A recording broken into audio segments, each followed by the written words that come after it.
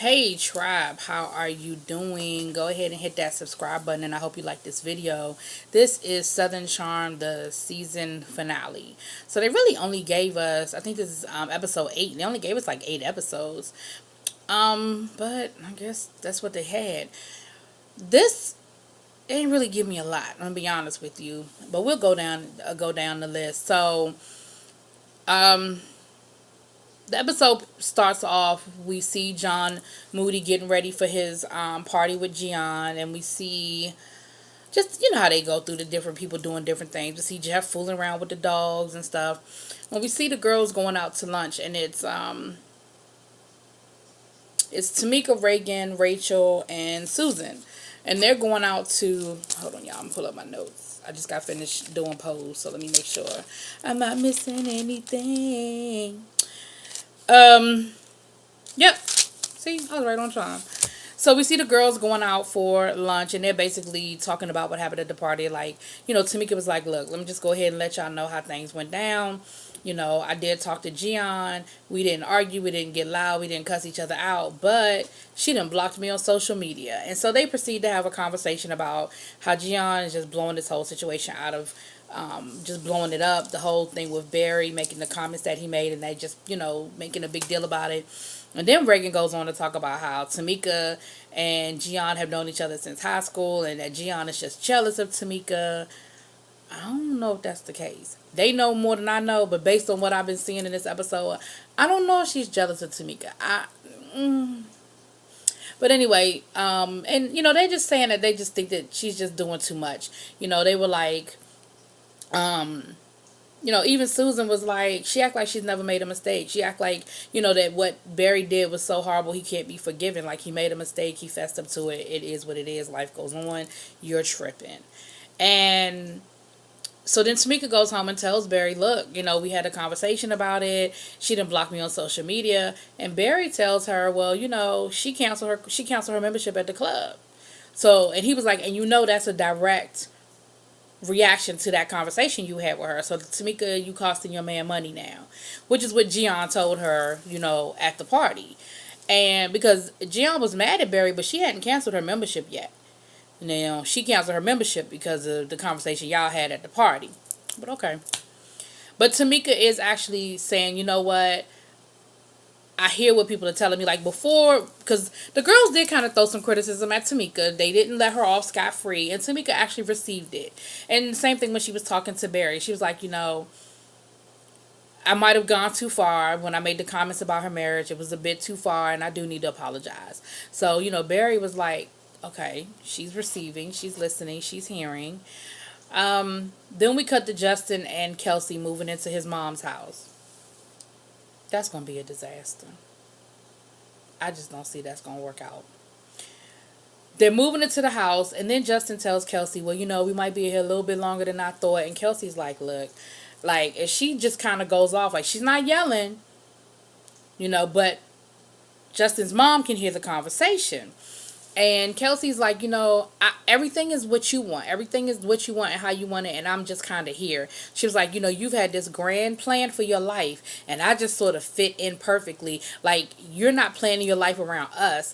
I was just sort of fitting into the plan you've already had for your life. She was like, you don't want to get married until you've done certain things that you want to do. The house situation, you didn't give me a choice. You just said, we're moving in with my parents. Like, and she's kind of letting him know, like, her frustrations are kind of boiling up. She was like, and so the mom hears what's going on. So mama goes up with some water to try to, I guess, intervene. And Kelsey tells her, like, what they're arguing about, like, how she feels about the situation. That she feels like, that's why everybody is, like, pressuring them about getting, like, all her friends keep bringing up them getting married and stuff. Because, everybody else sees what Justin doesn't see, that, time for them to get married. It's time for them to do this. And his mother was like, well, I don't think that's it. And I don't think that everybody sees it. Like, I have plenty of people who look at you guys and they think you guys are doing great and y'all are in a great place. And, and mama, she diffuses the situation and she's real cool about it. And then she walks off, and Kelsey was like, so basically I already know what the next 4 months of my life is going to be like. Like, I'm the odd man out, and she's going to side with you. And Justin was like, I don't feel like she sided with me. I mean, I feel like she just gave us some good advice. That ain't going to work. That's going to be a problem. And Justin, you need to just go on and bite the bullet and go get a 6-month lease somewhere in an apartment. And that's what y'all need to do. But at the end of the episode, Danielle gets his, I mean, I don't call her Danielle. Kelsey gets his ass back because he's trying to get some nookie. And she was like, nope, not disrespecting your parents' house. You won't be getting none while we living here. And he was like, are you serious? She was like, yeah, I'm serious. That's like, that's right, Kelsey. And don't give in either. Don't give him none. That's going to make him rush to get that house fixed, too. So then we see Tamika pick up her daughter and take her daughter to go see Susan because, last episode, Susan was really bringing some things to Tamika's attention about her daughter's perception on color.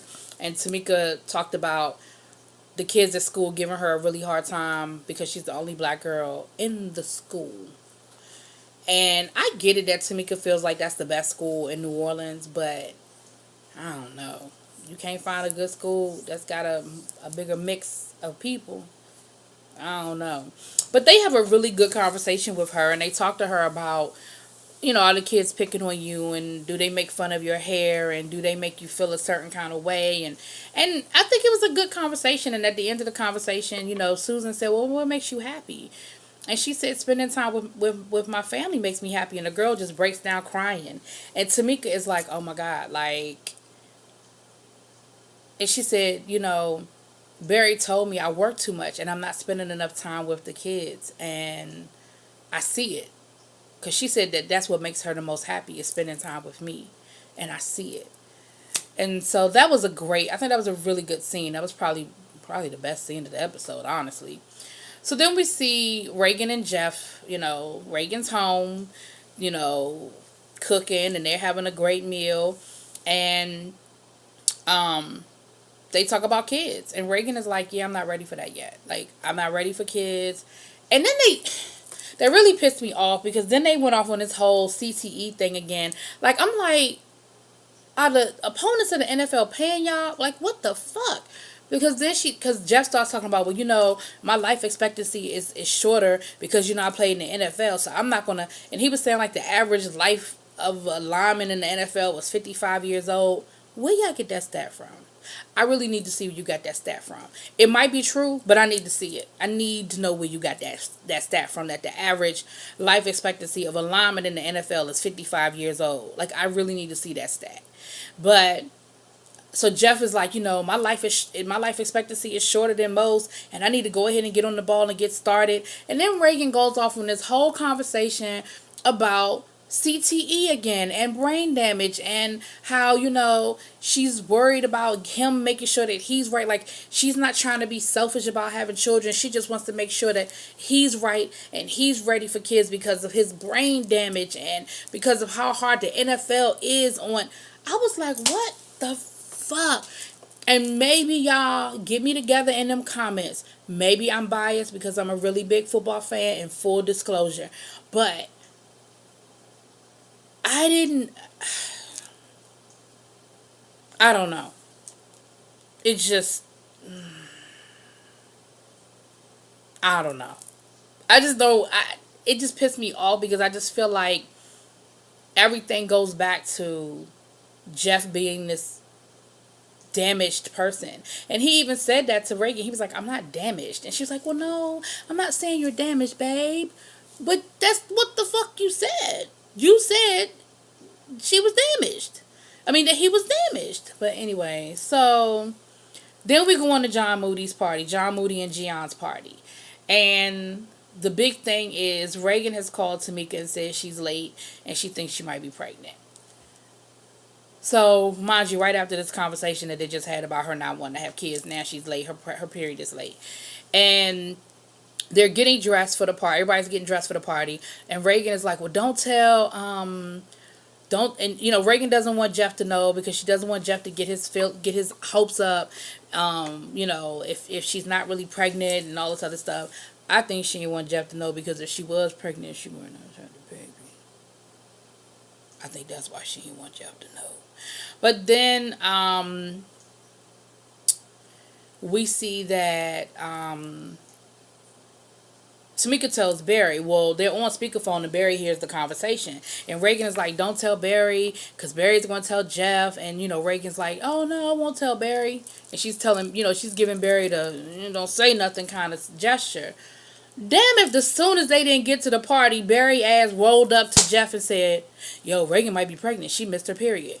The fuck? Like, you heard the conversation. So, y'all remember at the Easter egg hunt last week, one of the gag gifts was a pregnancy test. So Rachel actually got the pregnancy test. So she brings the pregnancy test from the Easter egg hunt. Now, I don't know why somebody couldn't just stop by a drugstore and pick up a pregnancy test, but okay. They bring the pregnancy test from the Easter egg hunt. Reagan takes the pregnancy test while they're at the party. She ain't pregnant. They built it all up for her not to be pregnant. Anyway. Then, Tamika, because it's not a whole lot, y'all. So then, and it looks like it's a really nice party. It does look like it's a nice event. Tamika pulls Gian aside. And everybody thinks it's about to be another, like, fight, like World War... I'm sorry. Like World War III or something. But Tamika actually says to Gian, look, we've been friends too long for this bullshit. Like, and she told her, she was like, I do apologize for, I went too far. I sort of hit below the belt when I brought up your husband, and I apologize for that. And Gian was like, Tamika, it's not what you say, it's how you say it. It's your delivery is what is really the problem. But they agree to kind of extend the olive branch, and they agree to make up or what have you. But I bet you after Gian saw these shows and saw all the shade Tamika was throwing her way, I bet you she blocked her ass on social media again. If she ever unblocked her. But, it's the season finale, so of course everybody is talking about their wonderful life, and, Tamika's talking about what she learned, and she learned that she needs to listen and slow down and all of that, and, whatever. Barry talking about he learned that he can't speak in anger, he needs to speak in love. What the fuck that even means, speak in love? Reagan's talking about how she, she learned that, they're going to get through this, and this is just a bump in the road, but she loves him and he loves her, and they're going to make it. John Moodys just being John Moody. He's great. He did do this beautiful, he did a performance piece, like at the end of the, well, not at the end, but during the party, he got up on his roof, and he did a performance piece, and it was bad. Like, it was a night, by the time he was done, it was like it wasn't abstract, I wouldn't say, but I guess it was like an abstract jazz artist. It was really nice. It looked really nice. And John Moody was like, normally his performance pieces start at $10,000. I was like, I ain't mad at you, boo. Like, I ain't gonna take nothing away from John as being talented. He just know he talented. You know what I'm saying? Like, he knows he's talented. So that's pretty much, like I said, it wasn't a whole lot, y'all. It didn't give me a whole lot.